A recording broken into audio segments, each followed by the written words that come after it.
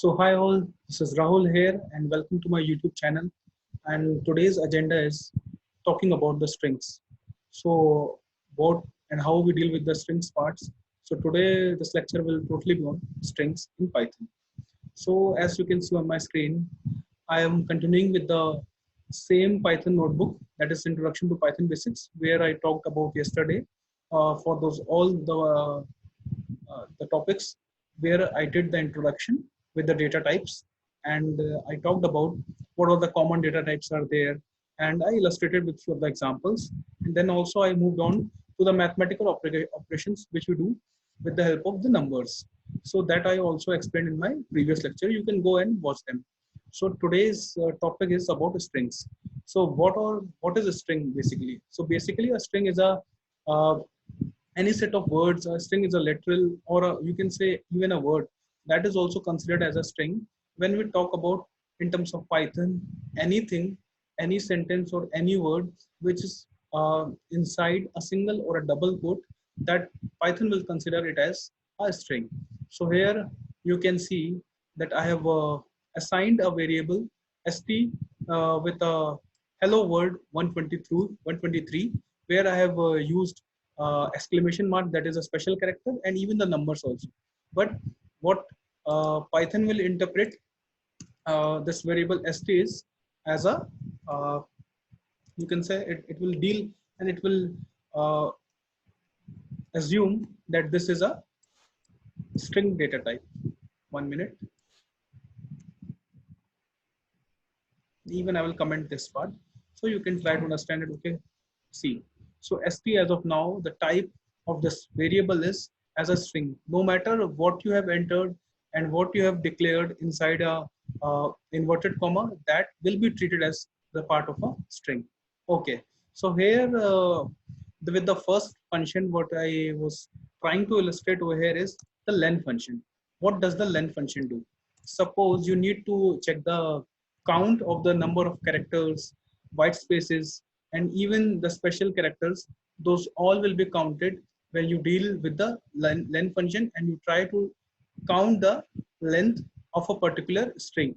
So here with the use of len function, we can do it. So here if you need to check that, okay, what is the length of the variable st, you can check it from here. It came out 16. So it included all the characters, this, the white space, the special character, this white space, and the whole number. So this came as the length of the variable st. Okay, so the next thing which is very important, in which we commonly deal, is string indexing. So what does the indexing means? So a string in Python is basically treated as an array. So here in Python, the first and the foremost thing which we need to take care is, and which we need to always remember, is that the indexing starts with the value 0 in Python.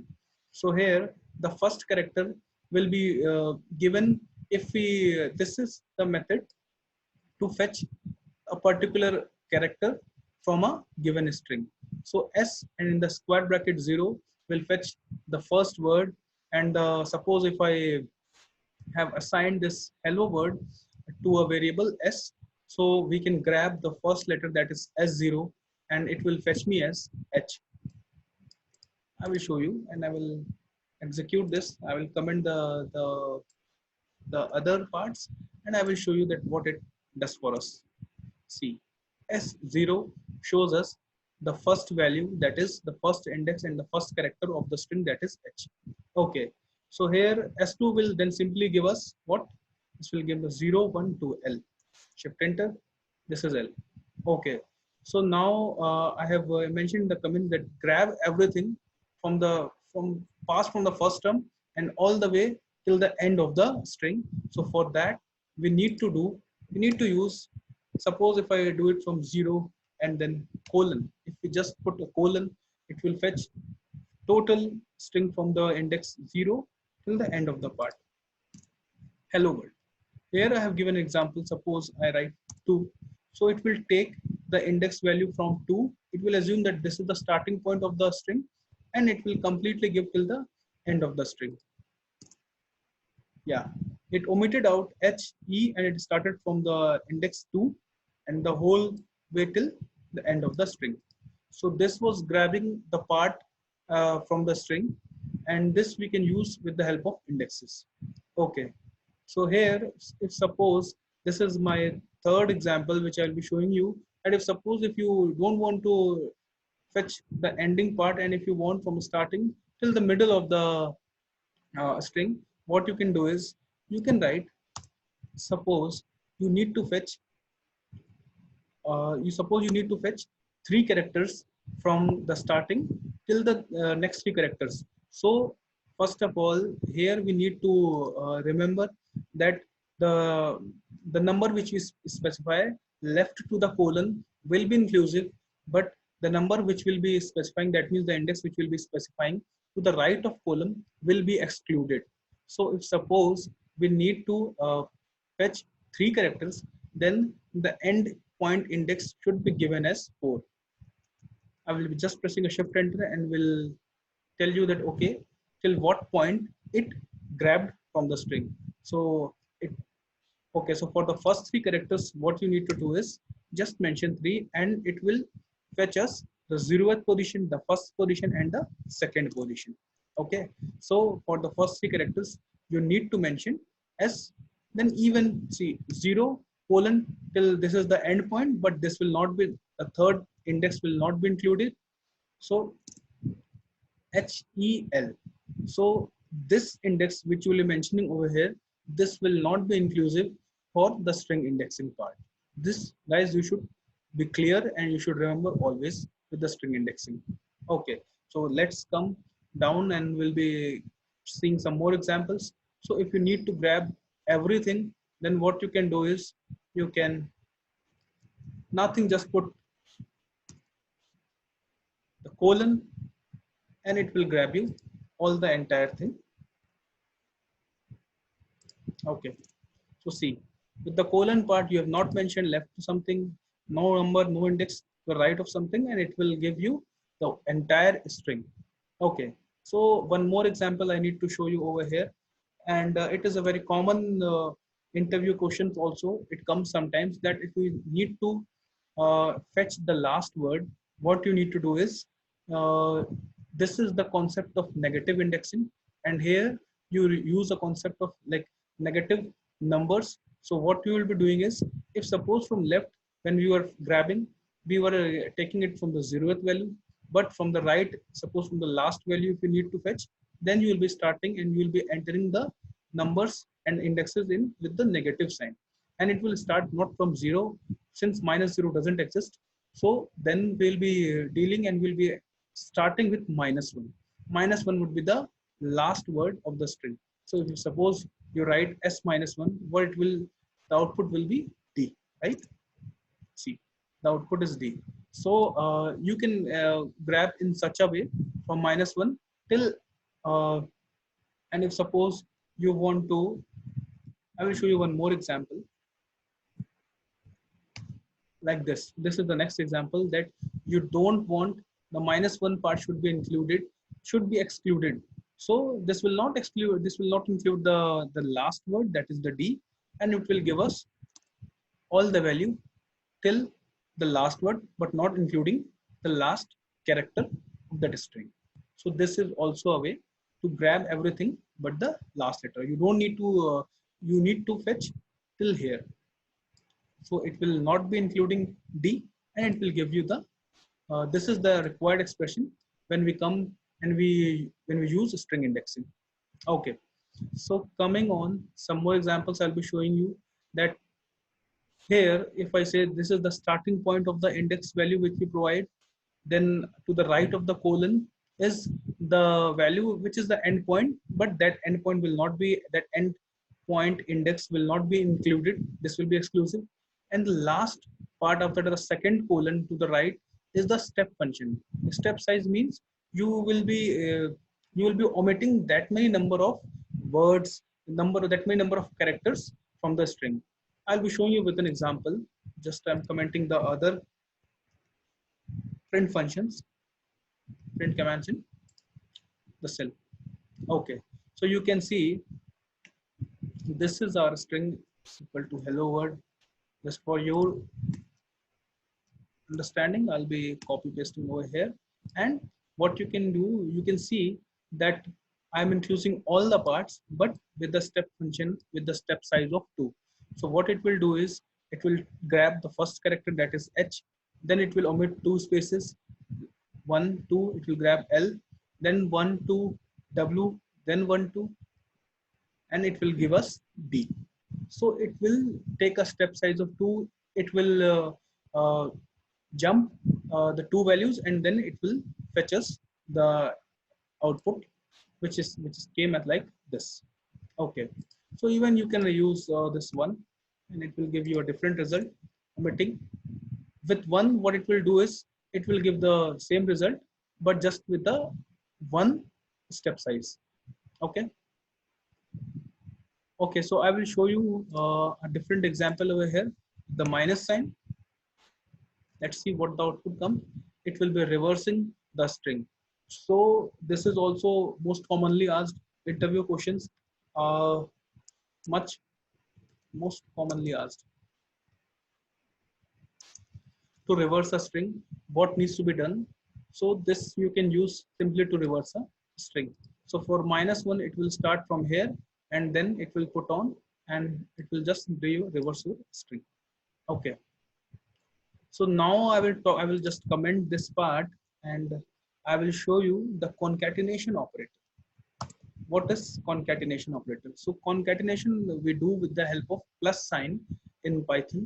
So here what we have done is with the string hello world, we are concatenate me string. Okay. So if we do a print s, it will concatenate our string hello world plus this. So this, through like using plus, that is the concatenation operator, we can concatenate 2 strings, numbers, anything we can concatenate. Okay. Let's check that whether we can concatenate a string with a number. Let's see if that's possible.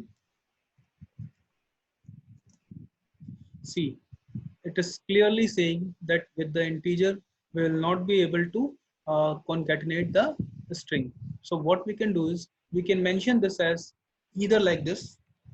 Let's check if this works. See, now when we specify as a typecast that okay, this 1, 2, 3 is a string, and then it works properly fine. Or either if you don't want to use str, you need to simply do a single quote or a double quote. This will also work for us. Just to give an space. See, this given. So these are 2 examples of concatenation in strings. We can't concatenate 2 different data types in a string. We need to typecast that. We need to convert that data type other than a string to a string type, and then only we can concatenate. Okay. So now one more method of concatenation I will be discussing over here is by using assigning a alphabet Z with a variable letter, and what we're doing is we are just simply multiplying that letter by 5. So in Python, even this is also allowed. So what we do, if we do this, we'll get the output like this. Okay, I will show you that. Just commenting all the other parts, talking about in a later video. So yes, so see, this is the output. Even if you multiply it with 10 times, it will concatenate.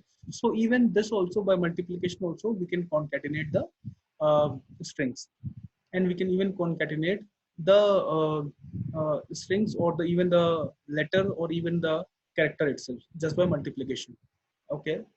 Now I will talk about the next method, that is upper. So we used our value s was hello world, right? See, our value of s was hello world concatenate p1 2 3, and we have what we have done is applied a function, a method upper on this s. So this is the way to apply a method to a variable by using a dot convention. So with s dot upper, we'll be applying a upper function. What it will do is it will like make all the words, make all the alphabets of that string to uppercase. Same is with the lowercase, the lower method. All the words H and W are also now lowercase. So these are the methods used for concatenate. Sorry, my bad. These methods are used for converting a sentence into total lowercase. Okay. So the next method I will be talking about is splitting a string, a sentence. So suppose if I have written this is our S, okay, and we have not mentioned anything. So what it will do is split method. What it does is by default, if we don't mention anything, it will treat space as a separator between two words in a string, and what it will do is it will make it out as a list. So see, list in square brackets, what I mentioned in my first lecture, and it will separate with the help of spaces for the sentence. And see, hello as a separate word, then world, it has splitted the whole string with the help of identifying that where it needs to be splitted. It needs to be splitted wherever there is a white space, that is a space character. Here I have given a different example also, where wherever it will find W, it will split from that. So here you can see after hello, it has taken the space also, but after W, it has not included W, and it has splitted the string into two different, into a list with two different values inside. Okay. So wherever, even I will show with a different example. Suppose if I am splitting with the help of word O,